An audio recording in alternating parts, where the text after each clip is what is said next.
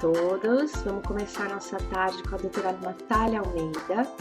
A Natália é pediatra e endocrinologista infantil pela Universidade Federal de São Paulo, Escola Paulista de Medicina. Ela atende em São Paulo, em um consultório particular, onde ela trabalha com medicina funcional e preventiva.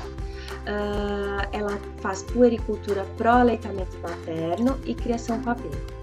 Ela é idealista na prevenção de qualquer desordem emocional, física e social, ainda na gestação e também nos primeiros anos de vida, com uma alimentação natural, aleitamento materno exclusivo e amamentação prolongada, em conjunto com inteligência emocional. Ela é criadora do perfil Pediatria Funcional no Instagram e no Facebook. A doutora Natália vai falar pra gente sobre alimentação e saúde, o que isso tem a ver. Tenham todos uma ótima palestra e espero que vocês estejam gostando do nosso primeiro dia de conversa. Até mais!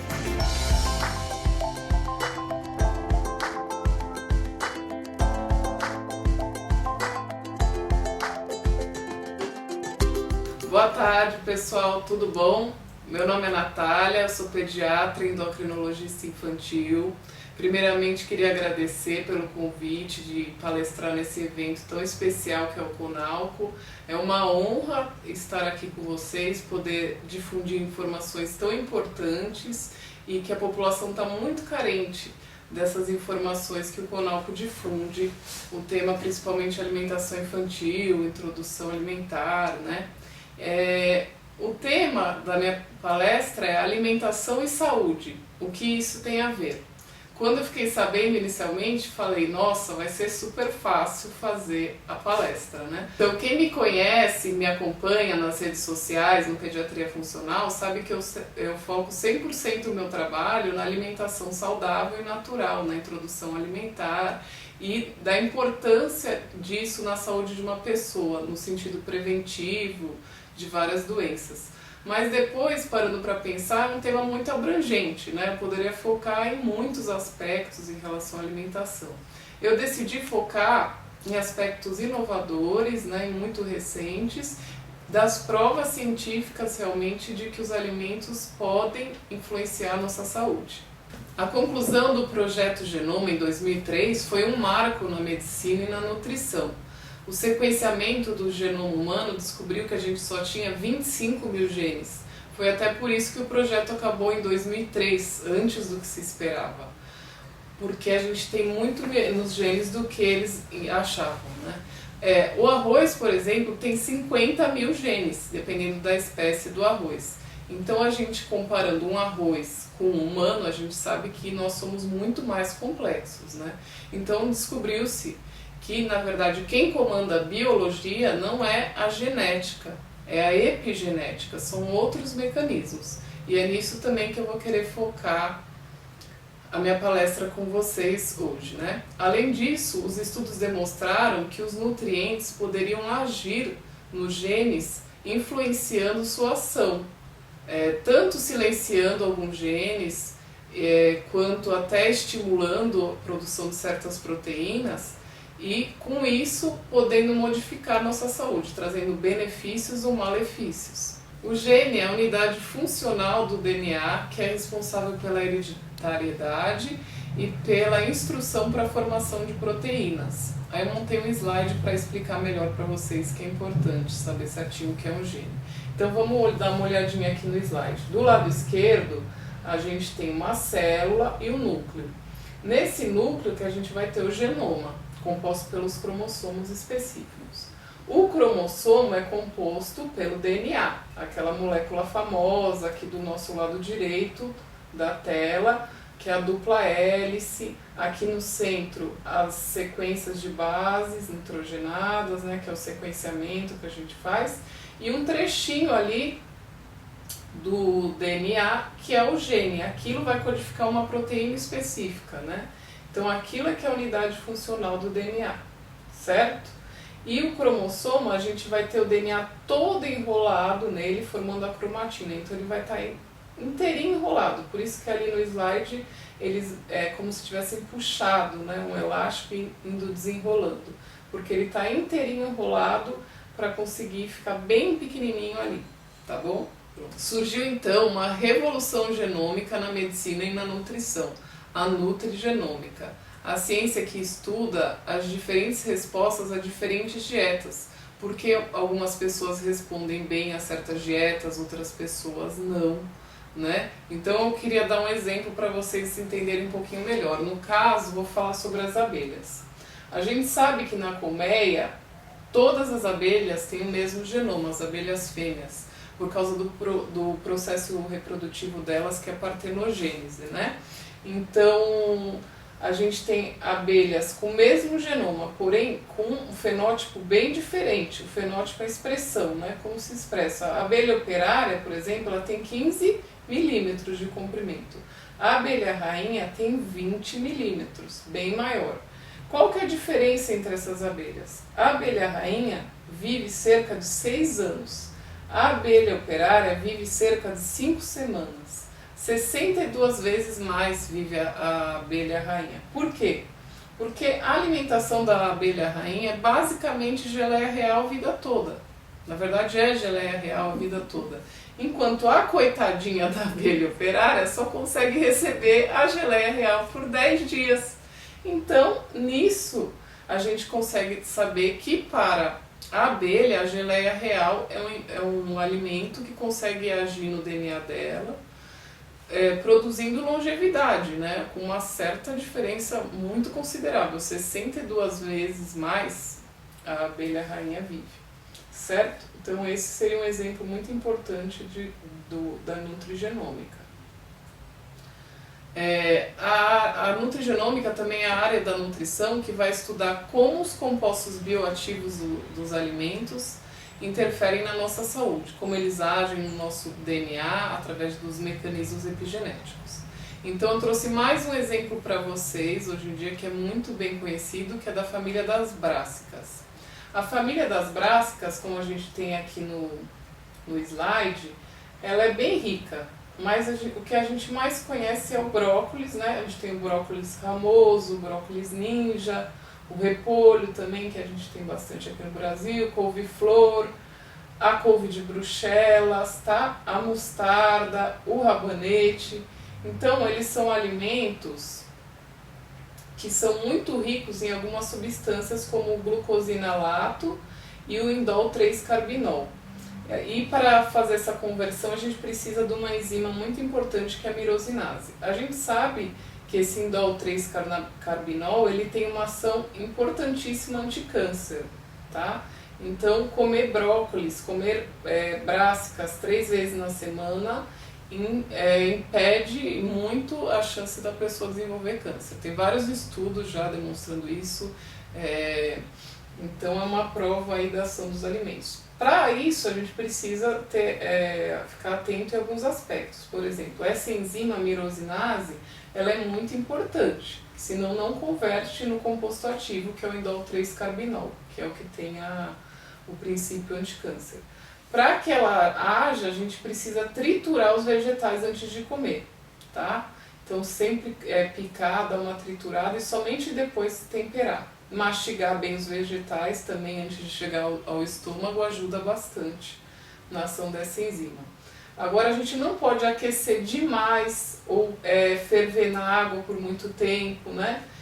Não ultrapassar, por exemplo, 30 minutos na água, não aquecer em micro-ondas porque você vai perder as substâncias ativas. Então não adianta também a gente ficar comendo brócolis, couve-flor todos os dias se você não tomar os devidos cuidados para o preparo. Você não vai conseguir obter os benefícios daquele alimento. Então até nisso a gente tem que ficar atento. Os compostos bioativos dos alimentos, como por exemplo a gente estava falando agora das brássicas, eles agem no nosso genoma através de mecanismos epigenéticos, como eu estava explicando. Então o que são mecanismos epigenéticos? São mecanismos que a gente consegue alterar a atividade de um gene sem alterar aquela sequência de bases do DNA, que era o que eu tinha mostrado no slide anterior da molécula do DNA. Então a gente não vai alterar a sequência de bases do DNA, mas são mudanças que podem ser transmitidas, podem ser dadas. Então o que estuda esses mecanismos epigenéticos hoje em dia é a ciência chamada epigenética. Então vamos dar uma olhadinha aqui no slide. O que é um fenômeno epigenético? É uma atividade reguladora de genes que não vai envolver mudanças na sequência do DNA. Essas mudanças podem ser herdadas e elas são altamente influenciadas pelo ambiente. E o ambiente, a principal questão ambiental aí com certeza é a alimentação, porque a gente está almoçando, tomando café, jantando todo dia, então o ambiente, o que é mais rico no nosso ambiente com certeza é a alimentação, né? Aqui também mais um slide a gente explicando então o que são esses mecanismos e fatores epigenéticos. Então, como eu tinha dito para vocês, o cromossomo ele é composto pelo DNA, só que ele está inteirinho enrolado. Tá vendo essa cromatina? Então ela fica inteira enrolada em diversas direções e ela se enrola nessas proteínas chamadas histonas, tá vendo? Então aqui um trechinho onde tem muitas histonas e o DNA bastante enrolado, e aqui outro trecho em que as histonas estão mais afastadas e o DNA mais aberto, certo? Então assim, por exemplo, são mecanismos em que a gente pode silenciar genes ou não. Então esse gene está um pouquinho mais inacessível ao DNA para você ter, para você conseguir produzir uma proteína e ele conseguir ler as sequências de base. Então aqui a gente diria que tem um DNA inacessível, um gene inativo. A gente conseguiu aqui o silenciamento de um gene. Isso pode acontecer através de uma metilação de uma cauda de uma histona, né? Através de alimentos que têm compostos bioativos que conseguem agir nessas caudas das histonas. E aqui do lado direito, já um DNA enrolado nas histonas de uma maneira mais acessível para que possa acontecer a leitura e a formação de uma proteína. Então o gene aqui está ativo, aconteceu a acetilação de histonas. A gente não precisa focar muito nisso, que é bem complexo, mas então a gente consegue silenciar genes ou não, dependendo de quanto está compactado esse DNA, e principalmente pelas histonas, essas proteínas, e que o DNA está enrolado. Outra coisa que eu queria elucidar para vocês, o que é epigenética? Por exemplo, a metamorfose de uma borboleta. Aqui a gente está vendo a lagarta, depois ela vai se transformar no casulo e depois na borboleta.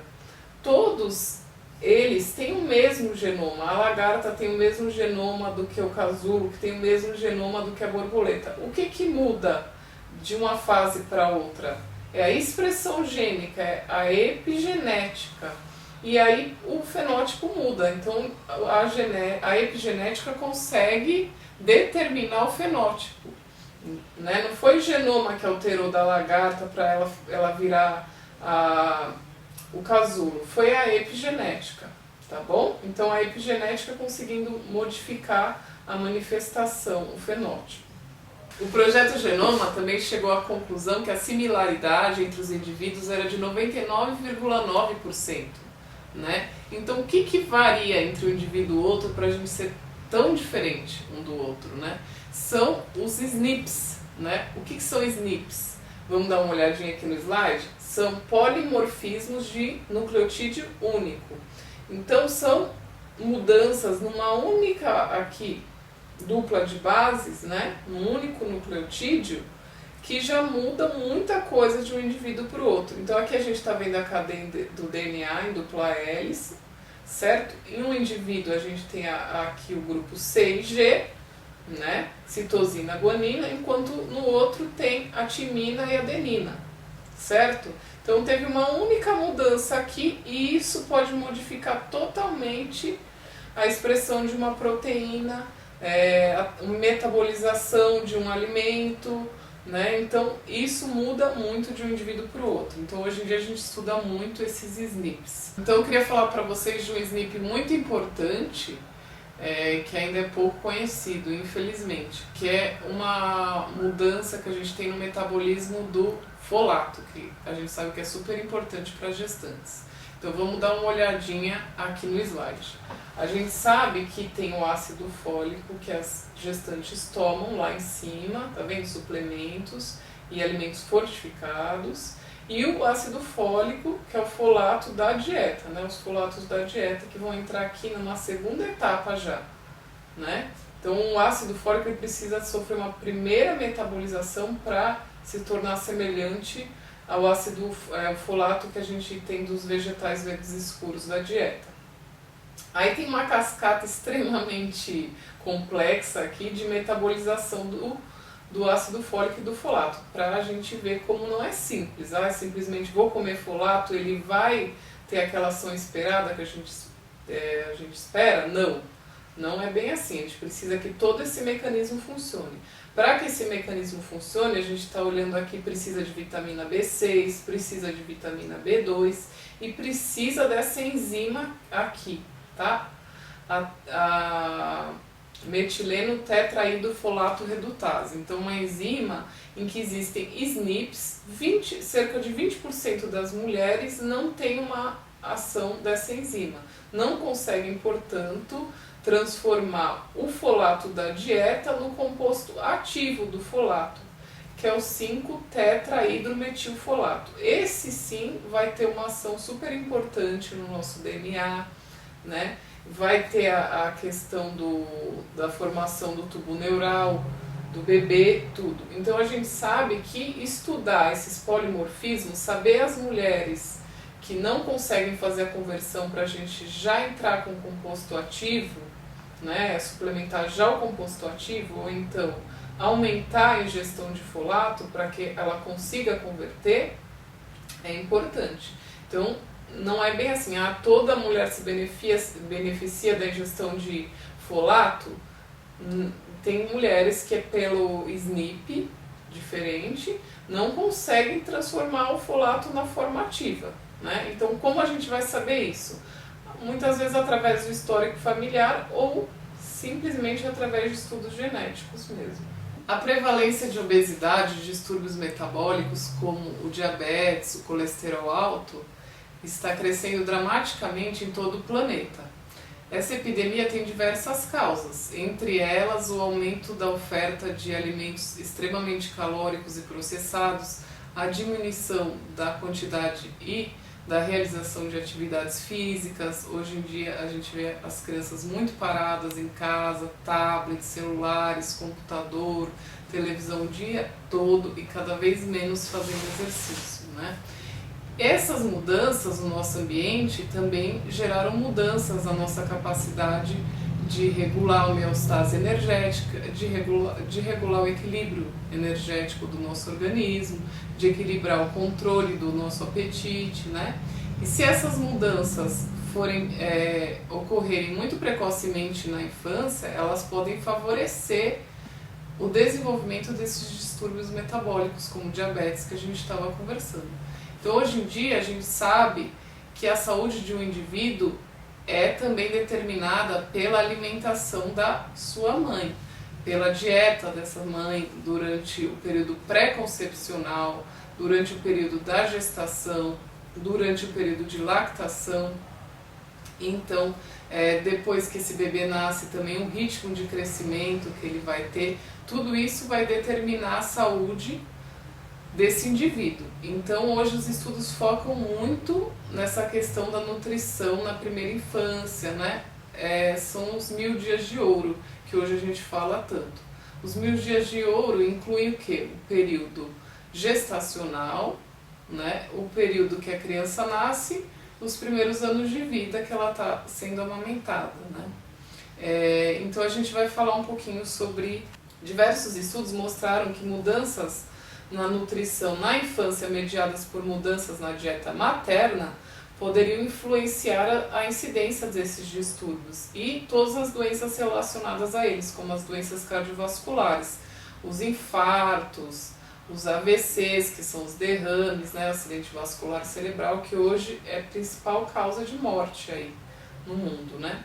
Então a gente sabe hoje que se a gente agir nessas janelas críticas de oportunidade, principalmente aqui no slide, os primeiros 1000 dias de ouro, então que é o período periconcepcional, os estágios embrionários iniciais, o meio e o final da gestação, depois o período neonatal, que são os primeiros 30 dias do bebê, depois então o período de desmame, a puberdade, que é uma fase extremamente importante. Se a gente agir durante essas fases, no sentido de prevenção, cuidando da nutrição, fazendo um ambiente adequado, nutricional, psicológico, a gente vai prevenir a exacerbação de qualquer alteração genética que pudesse favorecer esses distúrbios metabólicos, né? Então, como a gente já sabe, quem determina não é a genética. Então não é desculpa a gente falar, mas eu tenho genética para ser obeso, tenho genética para ter diabetes. Não, mas não é a sua genética que vai determinar. A gente consegue silenciar esses genes através de alimentação, né? Então o que vai determinar é sim o estilo de vida do indivíduo.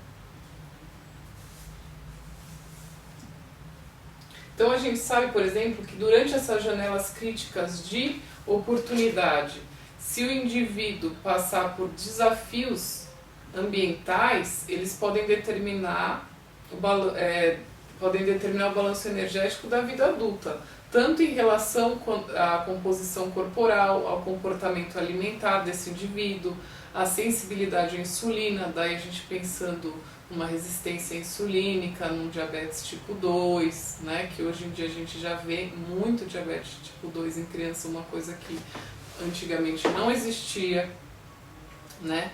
E a responsividade também à leptina, que a gente sabe que é um hormônio aí relacionado com a saciedade. Então a gente tem que ficar atento a essas janelas e cuidar da alimentação nesse período, principalmente, mas claro que durante toda a vida.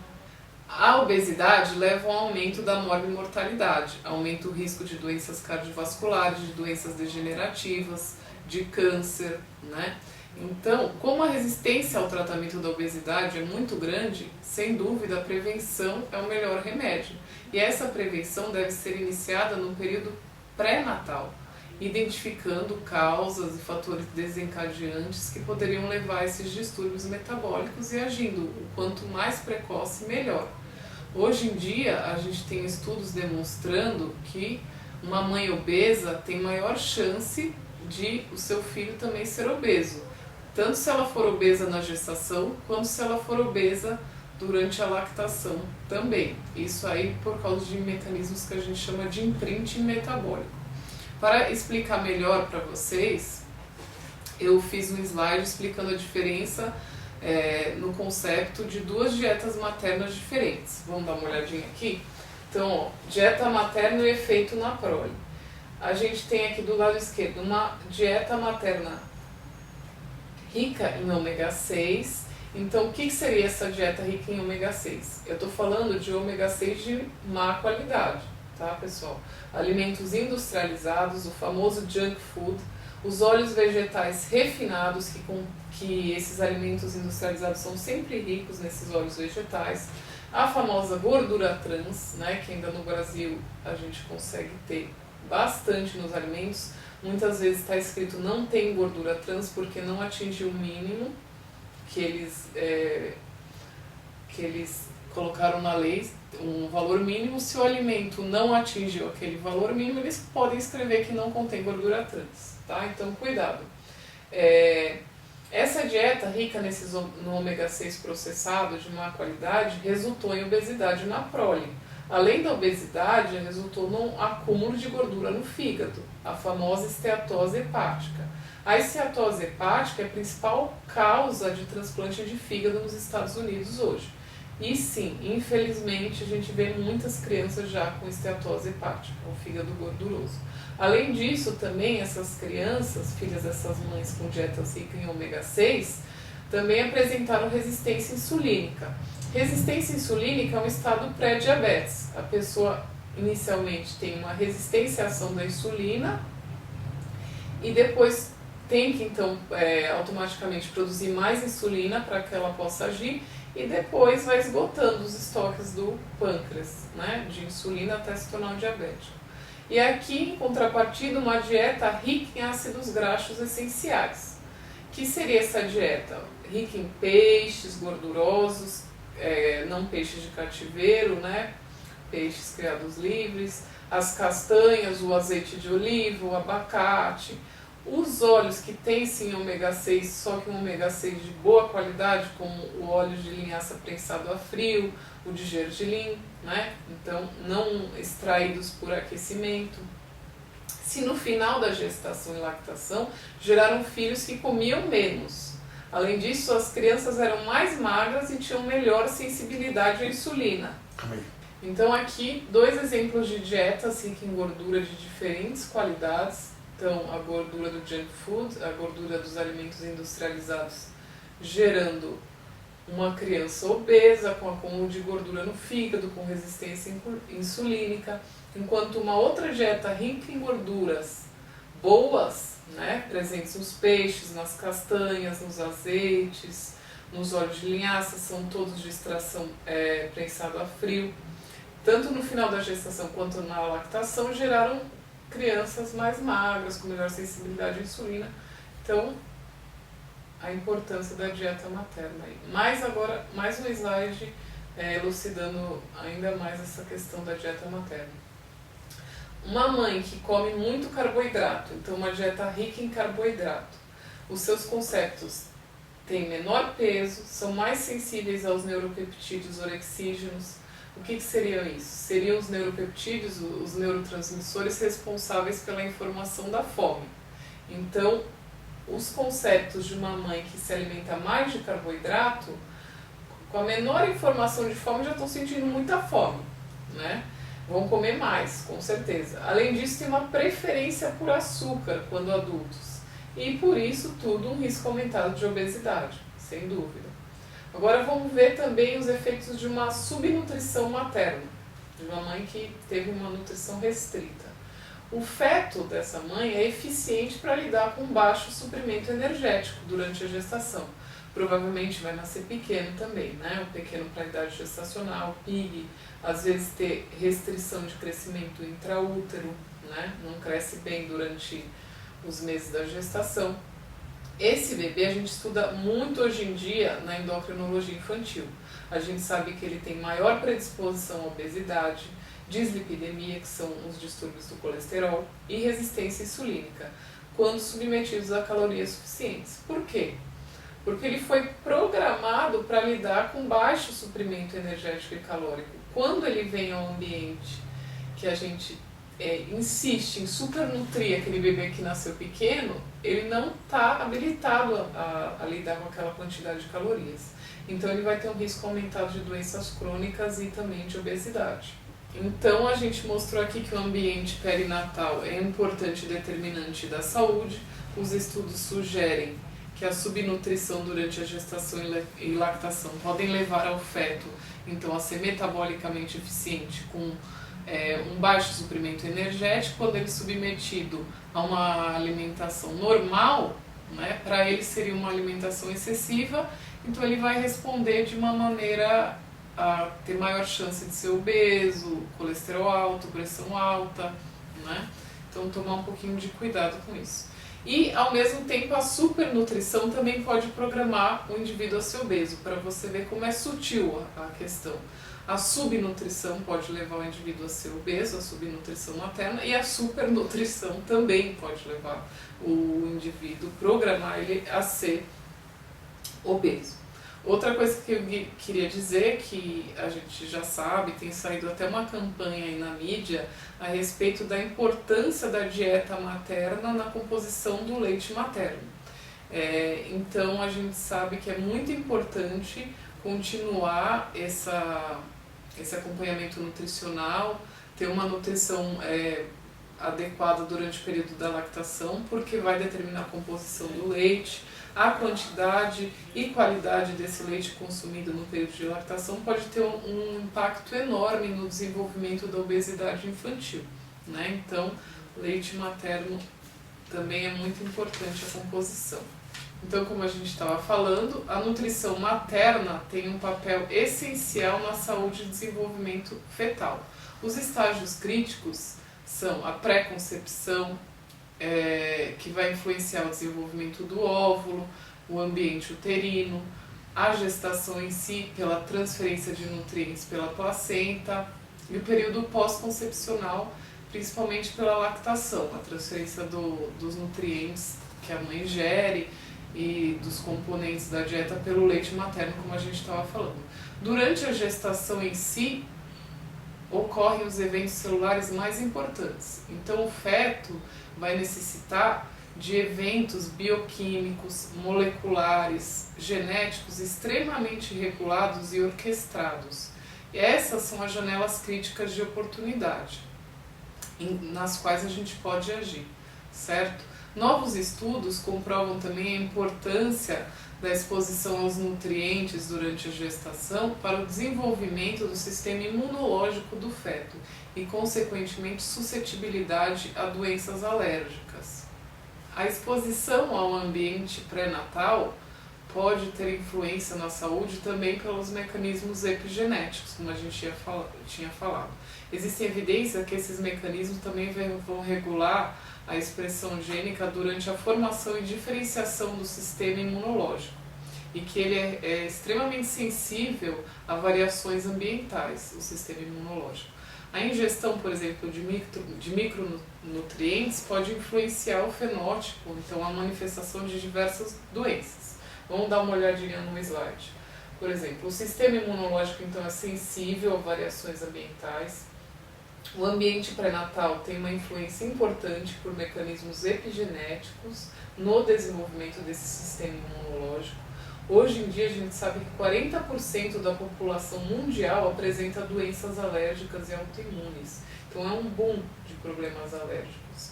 A nutrição no período inicial da vida vai influenciar o desenvolvimento do sistema imune e determinar, então, a evolução para essas doenças alérgicas, por exemplo, né? A nutrição no período inicial de vida vai influenciar o sistema imune, principalmente pela ingestão da vitamina B1, B2, B12, do folato, né, que vai ter uma ação sobre o sistema imunológico. Eles podem silenciar genes e, em consequência disso, favorecer ou não o desenvolvimento dessas doenças, né, que podem ter um componente genético. As necessidades diárias dessas vitaminas do complexo B e do folato, elas são individuais. Por quê? Porque existem muitos SNPs, né? Os polimorfismos de nucleotídeo único, como a gente tinha falado, que podem diferenciar um indivíduo para outro da necessidade de uma determinada vitamina, né? Então, por isso a individualização sempre das necessidades nutricionais e do atendimento nutricional individualizado. A gente sabe também que a dieta do indivíduo vai modular a microbiota intestinal, a antiga flora intestinal, né? Hoje a gente sabe que essa microbiota é extremamente importante. Então vamos dar uma olhadinha aqui nos slides que eu dei uma resumida para o pessoal conseguir acompanhar melhor. Então, a dieta vai modular a microbiota intestinal, vai levar à produção desses ácidos graxos de cadeia curta, né? Maior ingestão de fibras pela sua fermentação pelas bactérias vai aumentar a produção desses ácidos graxos de cadeia curta. Entre eles um que é muito importante é o butirato. Ele tem uma ação anti-inflamatória global e ele mesmo tem um papel de controle da microbiota porque ele mantém um pH intestinal favorável para as outras bactérias, né? Hoje a gente também sabe que a placenta possui uma microbiota própria, que é a alimentação da mãe e a microbiota intestinal vai influenciar na microbiota dessa placenta e isso vai também ser transmitido para o feto. Existem metabólitos também da microbiota intestinal materna no leite materno, presentes no leite materno, que já vão iniciar a colonização precoce do intestino do bebê. Essa exposição precoce à microbiota intestinal, por exemplo, vai ser essencial para o desenvolvimento do sistema neuroendócrino imune, que é o famoso NEI. A disbiose, que é a alteração da composição dessa microbiota, é um fator de risco importante para o desenvolvimento das doenças crônicas, entre elas as alergias e as doenças autoimunes, né, que são crescentes, como a gente falou. A dieta da gestante vai influenciar, por mecanismos epigenéticos de programação, a composição corporal do período pré e pós-nascimento do bebê, tá? E a microbiota intestinal também é extremamente importante para o desenvolvimento da tolerância oral, tá? Hoje em dia os casos de alergia alimentar também são crescentes, tem relação com alterações de microbiota intestinal. A gente sabe, por exemplo, que o tratamento da APLV, que é a alergia à proteína do leite de vaca, se você suplementar probióticos junto com a exclusão do leite de vaca, a resposta, a aquisição da tolerância, né, a resposta ao tratamento é mais rápida. Então, a gente sabe também que a ingestão de micronutrientes vai influenciar o fenótipo das doenças, que é o que? A manifestação das doenças, né? Elas podem se tornar mais ou menos graves. A ingestão de folatos, por exemplo, né? Os vegetais verdes escuros são muito ricos em folatos, vão ter relação direta com a metilação do DNA, que é um mecanismo que silencia alguns genes, e defeitos no fechamento do tubo neural, por exemplo, e fenda palatina. Então, lábio leporino, a fenda palatina, a espinha bífida, a mielomeningocele, são defeitos que têm relação direta com a ingestão de folatos, a metilação do DNA e com aqueles SNPs que eu falei que podem alterar a metabolização desses folatos, né? Por mais que a pessoa ingira o folato, ela não consegue converter. A menor ingestão de folatos na gestação e na lactação, por exemplo, pode levar um bebê com maior sensibilidade a insultos alimentares também. Então, aos pesticidas, aos agrotóxicos. Hoje em dia a gente tem estudos falando a respeito do arsênico, que é um contaminante muito frequente da água, tá? Um veneno, e que os bebês que não têm essa suplementação adequada, ou a ingestão de folatos da mãe da gestação e da lactação foi insuficiente, eles vão ter maior sensibilidade e vão ser mais vulneráveis a esses venenos. Então a gente sempre tem que ficar de olho nessa suplementação dos doadores de metil, que são doadores desses grupos de metil que são capazes de silenciar genes. Elas têm que ser individualizadas e orientadas.